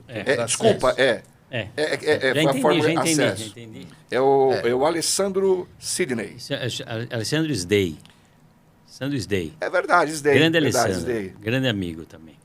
Aprendi muito com ele também, indo na oficina dele. E o pai dele, muito querido também, família toda. É um assunto antigo, ele está resgatando um assunto antigo que, logicamente, ele força para ver se eu tenho alguma alternativa, né? Mas, Ale, o que eu posso dizer é o seguinte, houve uma transformação radical das montadoras também. Não eram mais as montadoras que nós tratamos anos atrás, que tinha todo um departamento, que havia um interesse. Hoje há uma pressão na venda de peças violenta, a estrutura é muito enxuta, algumas montadoras eu posso chamar que não são mais montadoras, são empresas de mobilidade com outras situações, a Stellantis é outra situação específica, posso até citar o nome, É uma empresa que diversificou, ela corre no caminho contrário das outras montadoras. Eu não acredito, sinceramente, a minha opinião é que a inteligência artificial vai ajudar em muito as oficinas em algumas questões técnicas, mas as questões de amarra, a gente tem um problema. Eu vou até me alongar um pouquinho aqui, porque fica para os lojas também entenderem. O Brasil vive um ciclo, ele tem um ciclo que nos penaliza muito, que é quando em 56 Juscelino trouxe a indústria automobilística, ele trouxe porque não tinha nada, trouxe a indústria automobilística, certo? Aí, na sequência, começaram a ter programas automotivos. Não com os nomes que nós conhecemos hoje, Mover, Rota 2030, Inovar, tal. Mas eles foram acontecendo em ciclos de 5 em 5 anos. Porque o primeiro e o segundo movimento foi trazer a indústria automobilística. Vamos dizer, o primeiro lá atrás com Juscelino, um segundo grande com o Collor, quando abriu o mercado e trouxe o que faltava, vamos dizer assim, que escancarou o mercado. Depois do Collor para cá, os programas automotivos são todos para reter as montadoras. Não é para trazer, ele tem que manter o cara aqui. Para manter, ele vai na contramão do mundo. Só se dá benefício. O Estado brasileiro dá benefício para a montadora. E esse é um negócio interessante, que o programa automotivo não contempla aftermarket nas suas políticas públicas. Não contempla. Então, é um trabalho direcionado do governo com a montadora, e nessa situação de um certo conluio, essa situação que o Ale me perguntou fica totalmente fora, porque não há menor interesse. Se tem um programa que regula bem a Europa, um programa que regula bem os Estados Unidos, a América Latina está fora do jogo. Isso já é certo. Então, salve-se quem puder. Então, o que acontece no mercado, você sabe bem. Fica próximo de um gerente de serviço ou de peça da concessionária, faz uma amizade enquanto ele está lá para trocar essa informação. Uma outra montadora despontou abrir, você sabe disso que nós conseguimos na própria Jeep, mas não consegue colocar um caminho claro. Como é que eu uso tal equipamento para desbloquear um SGW que trava todo o carro lá dentro. Então, essa situação, ela hoje no mundo, ela é liberada com preço aviltado, legalmente na Europa, principalmente que é o modelo que eu mais acompanho. A discussão é essa, mas eles estão uma discussão um pouco mais à frente que a nossa, porque é isso que eu alerto, tanto as oficinas, quanto as lojas, quanto o mercado. As montadoras vão deter a conectividade e ela detém na nuvem as informações todas do veículo. Então, ela se atém com todo o escritório jurídico dela, que é propriedade intelectual dela, aquilo. E isso está ferindo todo o mercado de reposição. Então, a primeira revolução nós estamos vendo na Europa, porque isso está sacudindo a indústria europeia, que está sendo afetada pela entrada do veículo asiático elétrico, em função daquelas pautas malucas, daquela pauta verde. Então, sim, aquilo está desmobilizando e a América Latina está mais preservada. Você vê que aqui nenhuma montadora sai, mas também você não tem modelo novo, você não tem nada. Que, por enquanto, para o mercado de reposição está maravilhoso. Só que a tratativa de se falar em ligação de acesso, nós estamos muito longe. O movimento Right to Repair vem para tentar amenizar, as entidades se mobilizarem e criaram a bandeira, junto com a aliança do aftermarket automotivo, está defendendo isso. O que falta... O Alexandre, que te faz a pergunta, ele sabe do movimento Right to Repair, com certeza, sabe. O que falta é um birô independente, que não pode ser classista, que faça essa interface com as montadoras. Me surge o nome do IKEA, mas pode ser que não seja em função de metro, mas uma entidade neutra que faça esse match, sabe, de montadora com o mercado independente. Pela montadora, ele faria o negócio, mas ele alija todo mundo do processo. Vai só a oficina, porque ele tem interesse em vender a peça. Só que o setor independente tem que ficar acordado para isso. Isso é injusto. Isso tem que ser uma política clara e transparente no país.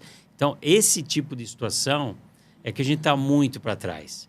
Por causa de N questões de corrupção, é difícil acessar o governo. A última reunião que eu tive o desprazer de estar em Brasília com o ministro foi terrível. A questão falar de inspeção veicular foi uma coisa muito ruim, muito ruim mesmo, porque foi uma resposta esdrúxula para uma situação tão grave no país ainda de acidentes.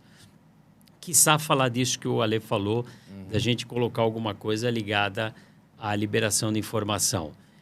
eu acho que nem a montadora daqui ela tem habilidade para tratar desse tema, porque tudo foi centralizado nas suas matrizes. Tudo.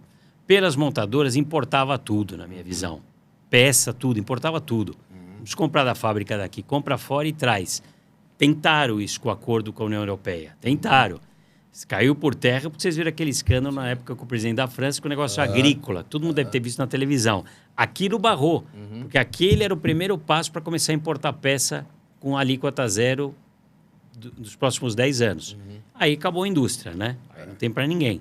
Então isso jogou de volta o problema para cá. Então, essa resposta eu não tenho para dar, Alê. Lamentavelmente, eu concordo que alinho que inteligência artificial vai ser uma colaboração incrível. Faça testes lá que eu já fiz, mesmo não sendo um grande técnico, eu fui até onde ia. É muita informação interessante, muita. Mas os bloqueios ainda permanecem.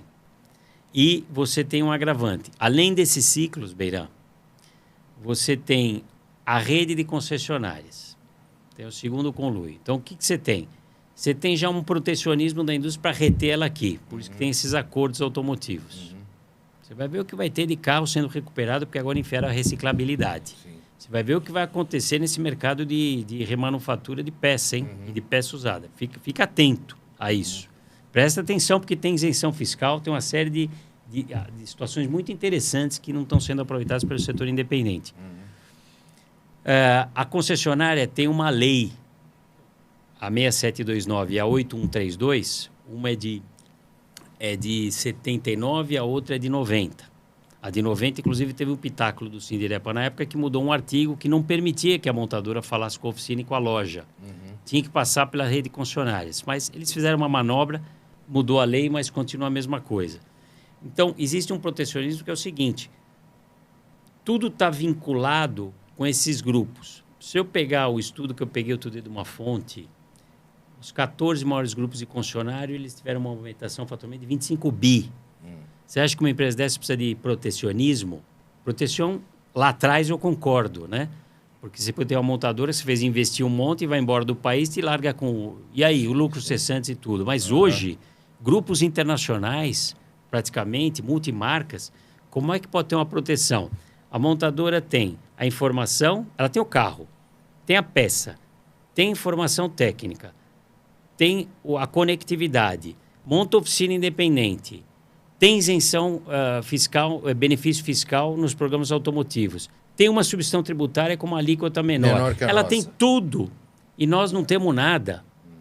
Então, me parece perverso, é um sistema perverso. Não, isso é o Estado se envolvendo numa questão que não pode. Tanto que o Supremo estava avaliando uma petição que foi enviada pelo Ministério Público Federal para derrubar a Lei Ferrari, né?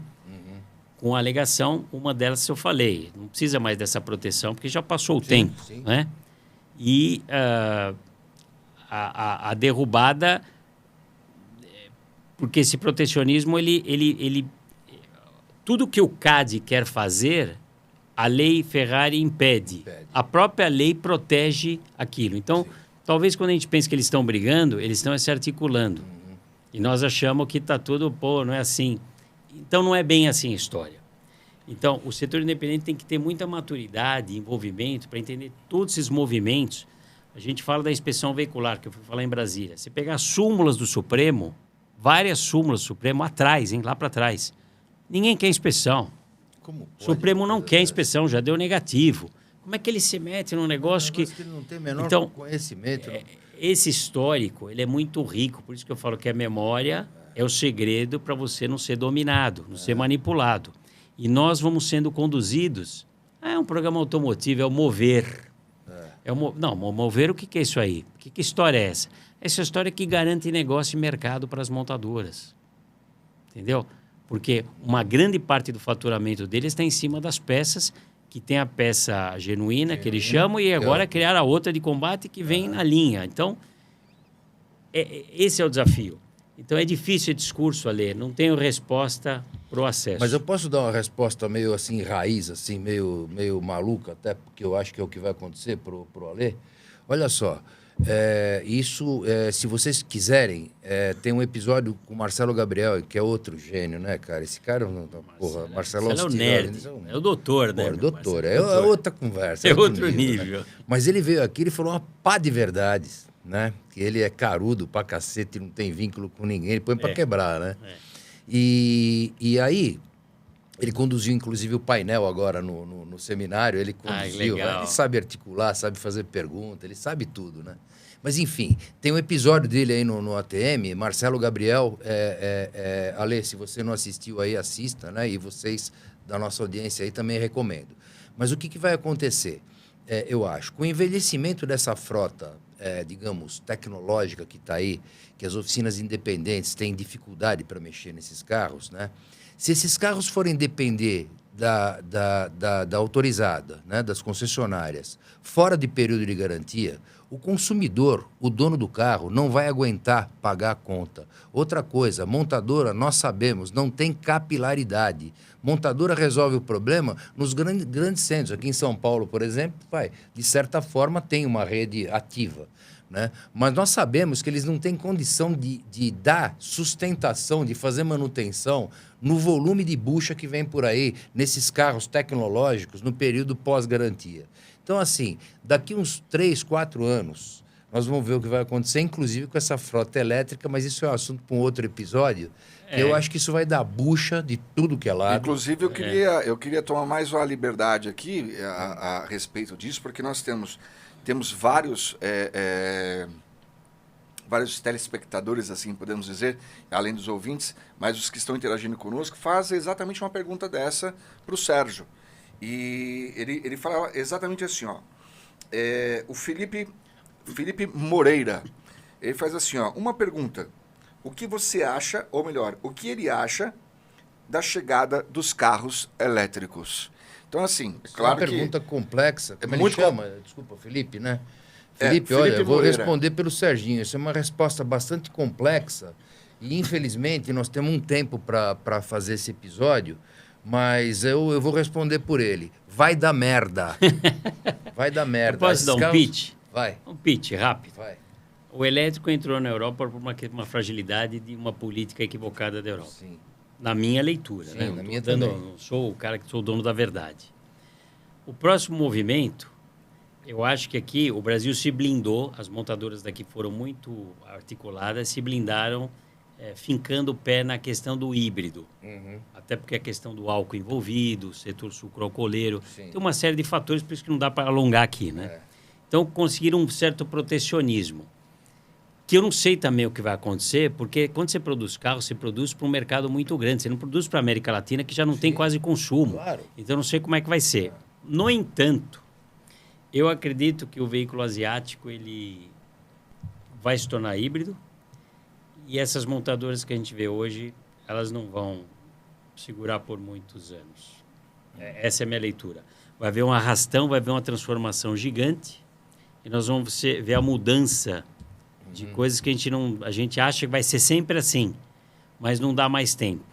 Não dá mais tempo por N questões geopolíticas, estruturais, financeiras, econômicas, que vão fazer com que essas montadoras elas cheguem muito mais rápido. A gente viu 2 pezinhos aqui, né? GWM e a BYD. É só um pezinho, mas que ainda estão se adaptando, calibrando as coisas. Viu que o elétrico só não está virando. Eu não acredito no elétrico puro no Brasil por um longo tempo. Já sei a resposta para o rapaz que perguntou.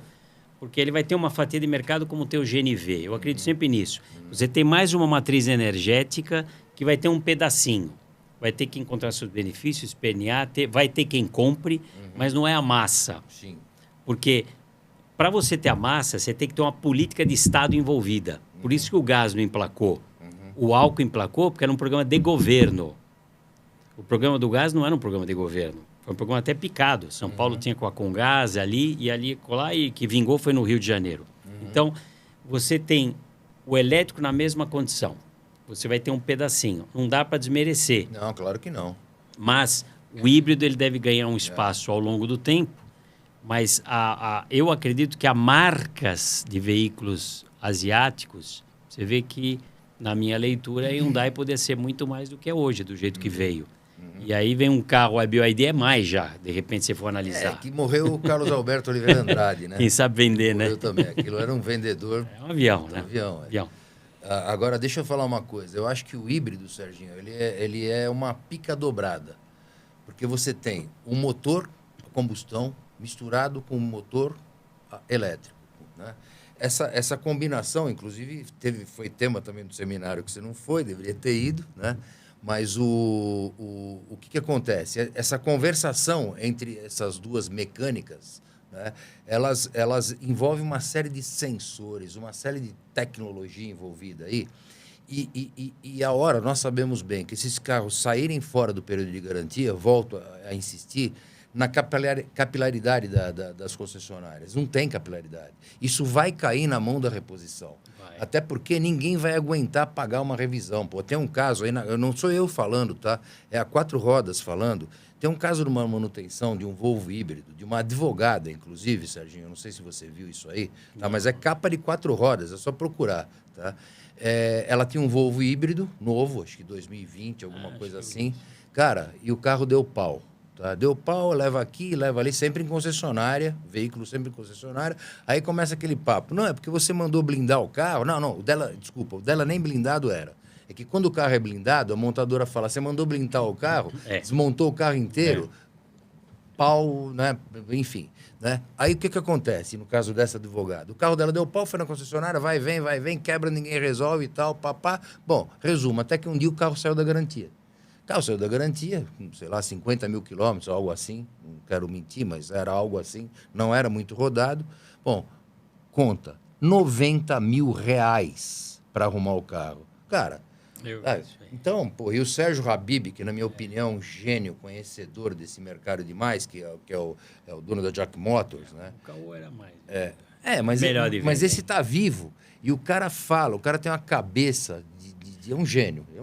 Mas o que acontece? Ele fala justamente isso. Ele vende carro elétrico. Sim. Resolve parte da situação, mas o híbrido parece a solução melhor. Eu acredito sim num híbrido Toyota. Porque Toyota nós sabemos. Faz coisa para não quebrar. E já tem o Prius rodando no mundo inteiro e é um carro que funciona. Eu acho que uma resposta para isso é assim. Em 97, o Sindirepo montou a primeira turma para um curso de autotrônica na University of South Florida. Levou um grupo de oficinas, o Senai foi junto. O reitor da universidade chegou e falou, olha, o carro que na época tinha as Big Three, né? Tinha a Ford, a GM, a Chrysler lá direitinho, antigamente, 97. Os carros estão sendo produzidos agora, o ser humano daqui que for consertar o carro vai demorar 5 anos para mexer nesse carro, em 97. Você imagina hoje. Então a rede, se o setor independente vai ter problema, a rede tem problema. Muito. A rede tem problema. Muito. Porque é um troubleshoot, ele não sabe. Um troubleshoot, ele não sabe. Tem que ser erro e acerto, trocar, porque é muita eletrônica envolvida. E o ser humano...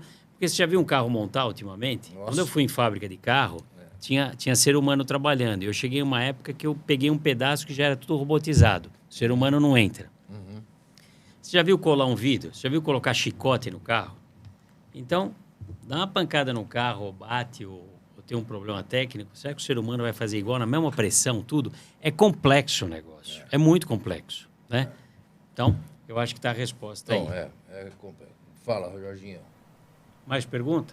Na verdade tem algumas perguntas aqui, mas com certeza depois a gente vai... As mais ácidas. Manda aí. Manda umas mais pesadas, não tem...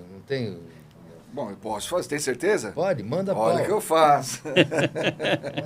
Mas antes de fazer as mais ácidas, eu queria só poder lembrar que nós já fizemos a postagem do vídeo promocional que está amanhã, a partir de amanhã, com uma super promoção, uma super oferta em toda a linha das palhetas Vetor. E aí esse é um vídeo, Sérgio, que a gente acabou fazendo aí em parceria lá com o alemão da Vetor, que deve estar nos ouvindo agora. E a gente tem produzido algumas peças diferentes. Olha a cara do G-Bola falando que vai chover. Dá uma olhada nisso. Pouquinho. Vamos ver se a gente consegue ouvir o áudio. Mas olha a cara do vagabundo, olha. Eu acho que não vai dar, mas vamos ver. Olha lá a alegria dele. Agora ele está ligando para o alemão da Vetor. Ligando para o alemão da Vetor. Isso é outra figura. E lembrando que amanhã, sexta-feira, exclusiva, essa promoção imperdível. Você já falou, cacete. Mas eu preciso fazer o meu jabá. E como a gente está chegando no final, Serginho, Que pena. e o tempo voa. Eu tenho 10 perguntas. Poxa, eu acho que você vai guardar isso para o próximo episódio, Beirã. Eu recomendo fazer um painel de debates. Verdade, aqui, verdade, com eleição. certeza, seria muito bacana. A pergunta que seria a mais ácida, Serginho, para deixar aqui para você, seria: por que você se afastou do mercado? Pergunta pessoal. Você falou se eu podia. Eu tô Não, é falando. fácil responder. Posso responder? Pode, Eu vou claro. terminar ela, Porque pera um eu- pouquinho só. Eu pensei que era só essa parte ácida. Não, essa é bem ácida.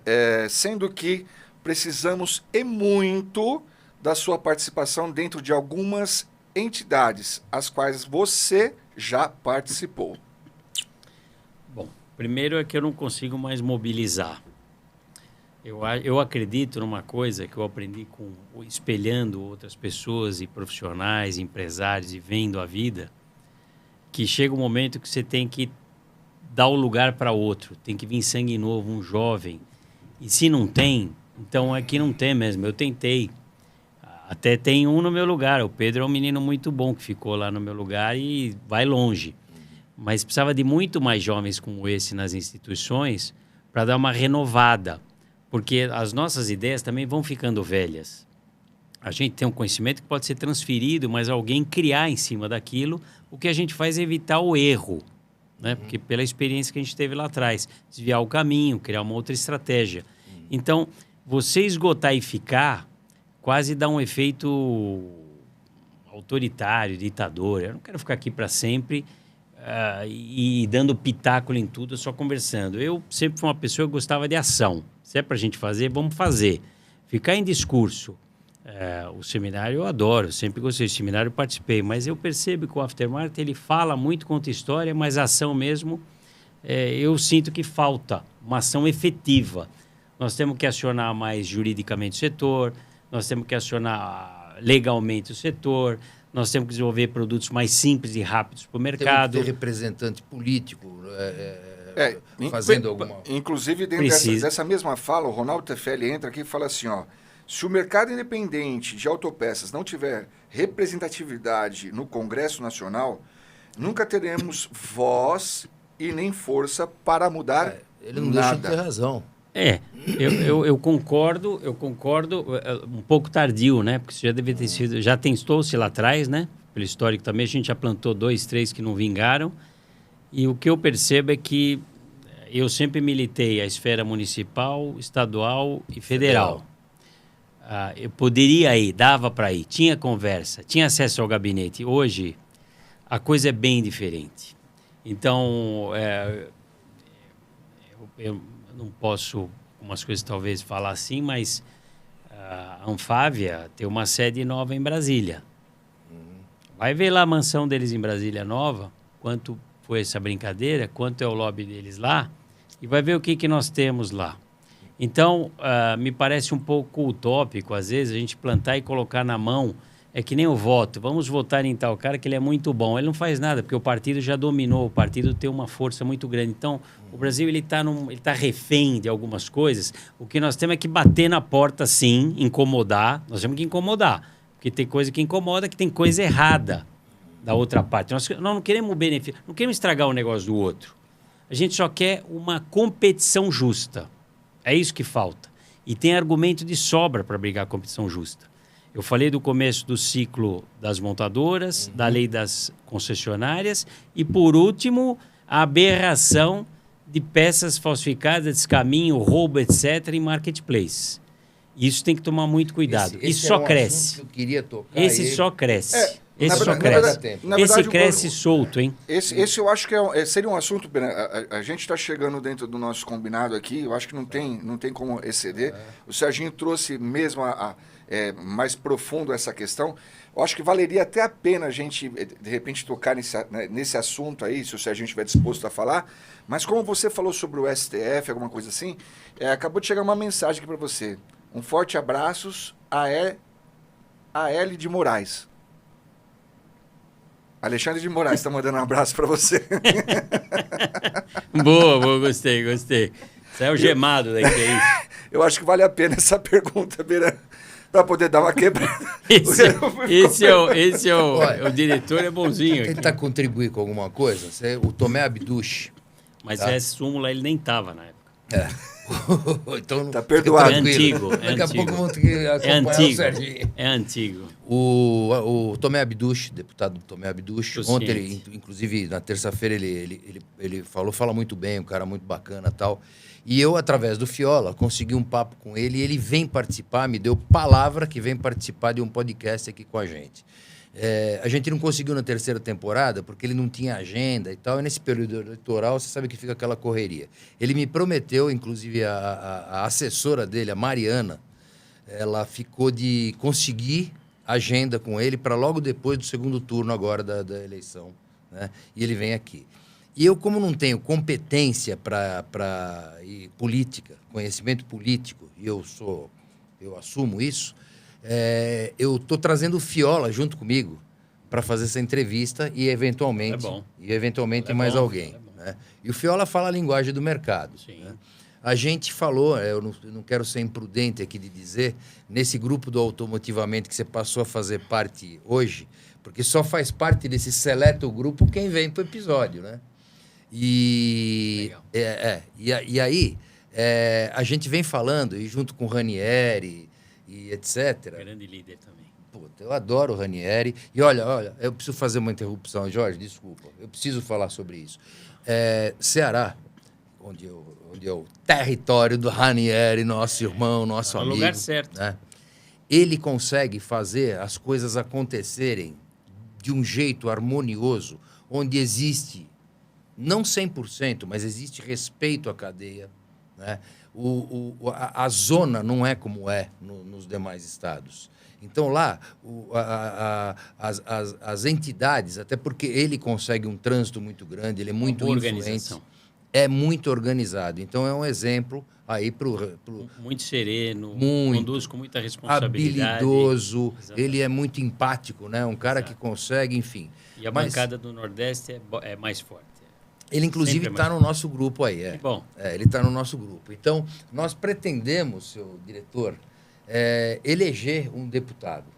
Né? E esse deputado está faltando o cara aceitar, mas se ele não aceitar, com a turma que nós temos, nós obrigamos. É o Ranieri. Não, o Ranieri falou, tô velho, não quero. O Rodrigo falou que não tem mais idade. Sabe quem sobrou? Você chegou um pouco tarde no grupo. Sobrou? Você chegou tarde. Fiola. Ele é bom nisso. Fiola, é um cara político. Ele é bom nisso. É um cara articulado, é um cara que ama o setor. Bom não é? E, porra, vamos lá. E hoje nós temos o Tomé Abduch, que vem agora, nessa 4ª temporada, bater um papo aqui. Eu não quero abusar, Serginho, da tua boa vontade, né? Mas eu fiquei aqui, cara, de verdade, Jorge, eu fiquei com 70% das perguntas que eu tinha para fazer, mas aí já envolve Mercado Livre, entre os marketplaces e tal, e se a gente começar nisso aí, vai mais 1 hora de episódio. Né? Eu imaginava que fosse assim, mas a gente sempre tem a expectativa de fazer mais rápido. Vocês me desculpem, eu não tenho a competência para conduzir isso com mais velocidade, e é difícil, porque o papo é bom, a conversa é boa. Eu fico aqui, Serginho, de cara, um convite para um segundo episódio, onde eu vou guardar esses temas que nós não abordamos aqui, para numa próxima oportunidade, que encaixa aí com a tua agenda, para que você venha de novo aqui, porque, cara, faltou metade. Eu posso só deixar um recado aqui? Claro que deve. Verão, porque eu queria primeiro agradecer, porque eu sou responsável de conduzir os anuários da reparação de veículos e o anuário do comércio de peças. E a GB é um dos que colaboram com isso, patrocina, logicamente, estamos falando de disseminação, vendas, né? Porque é a disseminação da sua marca, mas você contribui para que a gente mostre números, que é outro dado importante que faltava nesse setor. A gente ter números, para a gente fazer estudos, pesquisas, estratégias para os negócios. Era muito solto. Então, a gente vai vir com mais novidades agora no Anuário do Comércio, que está crescendo. Então, queria só agradecer e deixar registrado para quem estiver ouvindo aí que é um material super rico, super importante. Eu adoro. Que tem participação de todos. Eu Quanto adoro. mais Toda tomada melhor. de decisão de um distribuidor, de uma fábrica, Estou falando isso por mim, hein? Eu não sou um cara muito tecnológico, não, mas e não sou muito de analisar KPIs, etc, né? Mas olha, tem informação tão rica ali, Serginho, e você muitas vezes toma decisão assertiva. Exato. Montar ou não uma filial em determinado estado. Exatamente. Tem frota, modelo, ano, assim, é muito rico o material. E aí eu faço um convite para os nossos colegas distribuidores, né, que apoiem mais, sabe? Eu vejo assim a necessidade, tanto dos distribuidores como de fabricantes, em fazer anúncio nesses anuários para subsidiar o preço. O sindicato não tem grana para bancar isso aí, né? Então, o que acontece? Se a gente patrocina, e não é caro, tá? Eu não vou me lembrar aqui agora, mas é um investimento, que eu entendo isso como investimento, não como uma despesa, que qualquer fabricante, qualquer distribuidor pode sim fazer para a gente fomentar e ter uma maior distribuição, fazer uma maior quantidade. Tá? Então, vem retorno sim, né? É um retorno institucional, muitas vezes, mas é muito, na minha opinião, né? É muito gostoso você ter a tua imagem agregada, aliada a um material de tamanha qualidade que são esses anuários. E você que é varejo, você pode consultar os 5 peças, né? E procurar, porque eu não sei se eles têm lá os exemplares. Exemplares você pode acessar no site do 5 Peças Brasil. Mas aí é o digital. O digital. O digital, Os exemplares devem ter também no Físico, 5 Peças São Paulo. São Paulo eu acho que tem, porque foi distribuído agora no evento da Maril na terça-feira. E tá para sair o novo. Isso, né? o novo vai ter sobrando. Pô, então assim, solicite aí, entre aí no site do 5 Peças, você vai verificar. Pô, isso pode fazer uma diferença grande nas tomadas de decisões. E uma coisa importante, desculpa, diretor, vou ter que exceder aqui. Você, lojista, ele já conseguiu, ele sabia que a gente ia cumprir. O lojista e o reparador, seja o forte ou o lojista, mas vale para os dois. Procurem a sua entidade, em vez de criticar, procure a sua entidade de classe e formule as políticas vocês com ela. Não tem um segredo na cabeça de uma pessoa. Eu não detenho toda a informação, nem a pessoa que está lá sentada, um outro. É a própria empresa, o próprio empresário que tem que levar a sua demanda lá, ou a sua ideia, a sua estratégia, e fazer com que a instituição ouça e discuta em conjunto aquilo para caminhar. É assim que você muda uma sociedade. Não adianta ficar esperando que alguém vai resolver o teu problema. Não vai funcionar, entendeu? Não funciona. Você só vai arrumar mais raiva. Você acha que está lá e não faz nada. Não, mas quem tem que fazer são os empresários. Aquele é só liderança. Que varejo a gente vê lá, Serginho? Exatamente. A gente vê lá o Alfredo da Rumo com a filha dele, muito presente. O Alexandre da Atlanta. E aí, fala mais um outro aí. O Ricardo da Josecar, verdade, encontrei com ele lá. Exato. Abraço para ele, é nosso ouvinte aí. Super gente boa. Puta, muito gente boa. E quem mais, cara? Pô, olha, eu não quero cometer aí a indelicadeza de não citar alguém, deve ter um ou outro ali, né? Na edição passada do seminário, nós, GIB, nós levamos uns 20 clientes nossos, né, Jorge? Mas, na verdade, nós levamos uma média de 28 clientes, mais os nossos funcionários. A Marilda ficou toda feliz que nós levamos um time de colaboradores nossos, né? Só que, nesse ano, eles não manifestaram interesse. Então, vai uma dura aí aos nossos clientes que tiveram lá no ano passado e não responderam ao nosso convite para irem novamente esse ano. E eu sei, Serginho, você sabe melhor que eu, a vida do lojista não é fácil. As lojas pequenas, médias, muitas vezes, esse empresário, ele está lá na frente do balcão e ele não consegue sair no dia do evento. A gente entende. Né? Mas, assim, de qualquer forma, fica aí o recado, né? Participe, o sindicato está lá, ele quer ouvir. Como o Sérgio acabou de falar aqui, ele quer ouvir, ele quer sim sua opinião. E se você passar a conversar, você vai ver, como o pessoal é bacana lá, né? O pessoal é bom de conversar, não parece político. Lojas, acreditem. Tem alternativas de negócios bons com vocês. Tá aqui um bom exemplo, hein? A GB é um parceirão que segura bem. Cara, e eu ganho com isso, cara. Eu ganho relacionamento, eu ganho visibilidade, eu ganho parceria. Serginho, a gente aumentou muito o número de... Você ganha, as lojas ganham. Cara, a gente aumentou muito o número de clientes ativos nossos em função desse programa podcast e de outras Bom. ações que a gente vem fazendo. Fico feliz. Então eu convido aí os colegas nossos, né, e que devem estar nos ouvindo, né? Eu encontro com eles. Distribuidor. Pô, é verdade. Eu encontrei o Neto da Jaú. Puta cara legal. Super, né? Né? Gente... E eu vou convidar o cara para vir aqui no episódio. E ele vem. Tenho certeza que ele vem. Porque nós vamos falar de algo que colabora com o ecossistema. E lá vou eu começar a viajar de novo, fico doido de falar de tribo, começo a ficar acelerado. Mas eu estou aqui para poder ajudar a moderação, claro, antes que as cadeiras voem nesse lugar. Serginho, agradecendo muito a sua participação. A gente sabe que a gente foi o segundo na sua vida, mas... Pô, é verdade, eu me sinto corno até hoje. Não, mas o importante... Mas estava no intervalo de temporada, ele me explicou. O importante é que a gente foi. E indiferente de ter sido o primeiro ou não... Para quem não entendeu a brincadeira, o Serginho é o segundo podcast que ele participa, tá? O primeiro... Não, terceiro. Terceiro? Teve do MTR. Teve no meio do caminho, teve um do... A gente já recebeu mais um par de então, cornos. Eu não sou... reparação do motivo, foi do... Ah, do Edson. Do Edio e do Silvio. O Edson Ragazzi. Ah, tá. Então eu sou bicorno com ele, né? Porque ele corneou a gente com esse Edson aí, que eu nem conheço o cara, foi mas... um período que vocês não podiam, não encaixou a agenda, eu acabei fazendo. Isso é desculpa, foi corno mesmo.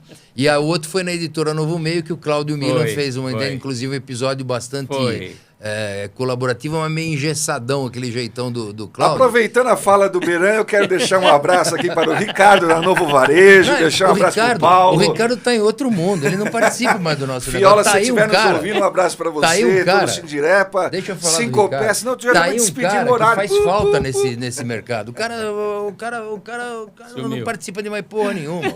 Né? Mas fica aí Serginho, continuando a minha fala, Serginho, eu agradeço mesmo a sua presença aqui. O trânsito que você recebeu como uma dádiva, né, do nosso arqui-inimigo número 1, que eu vou assim dizer, né, que é o tempo. Mas o que você nos dedicou aí, com certeza a nossa audiência pôde se deleitar com essa parte. E fica aqui, como disse o próprio Beran, um convite para um segundo episódio. E quem sabe até mesmo na presença desse que vai vir o próprio Tomé Abducha, quem sabe poderia nos ajudar a brilhantar aí esse momento. Eu não sou muito com política partidária, mas... Não, mas ele não vai ser política setorial. Filho da mãe é um cara legal, cara. Mas ele é um cara narigudo. É legal sou eu, mas... narigudo, feio pra cacete, mas é um cara simpático. E se ele estiver ouvindo, inclusive, o seu nariz é lindo, o seu nariz é lindo, não se preocupe com o que você está ouvindo agora. É um cara simpático. Esse é o momento já do agradecimento.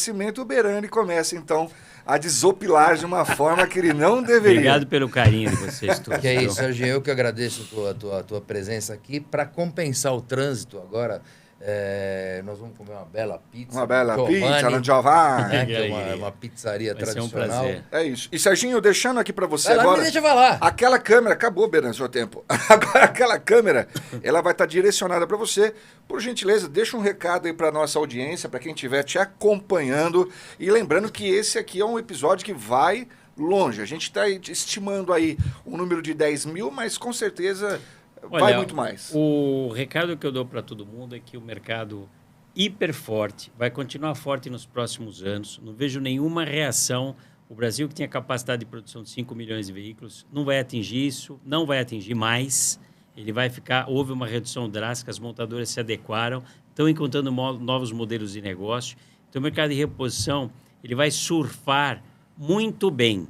O que precisa é responsabilidade, atuação firme. Você não pode ser passivo que você está faturando, você ficar quieto lá. Você tem que participar de um colegiado, de um time, de uma agremiação. Comunidade, formular política, sugerir, mas sempre com uma posição construtiva. Queiram construir uma coisa, porque o mercado é muito bom e muito forte. O mundo está de olho no Brasil. Prestem atenção nisso, tá?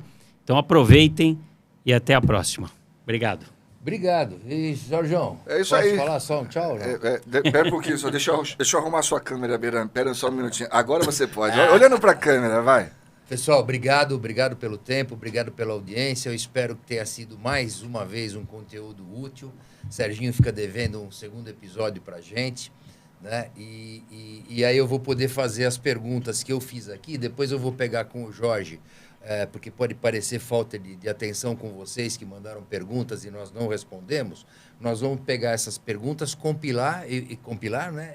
Compilá-las e depois a gente coloca isso em ordem para perguntar para o Serginho no próximo episódio.